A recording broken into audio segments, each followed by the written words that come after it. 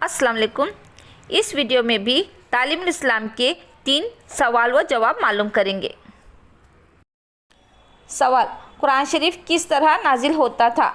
जवाब, हज़रत जिब्राइल अलैहिस्सलाम आकर आपको आयत या सूरत सुना देते थे। आप उसे सुनकर याद कर लेते थे और किसी लिखने वाले को बुलाकर लिखवा देते थे। सवाल, आप खुद क्यों नहीं लिखते थे? जवाब, इसलिए कि आप उम्मी थे। सवाल, उम्मी किसे कहते हैं? जवाब, जिसने किसी से लिखना पढ़ना न सीखा हो उसे उम्मी कहते हैं।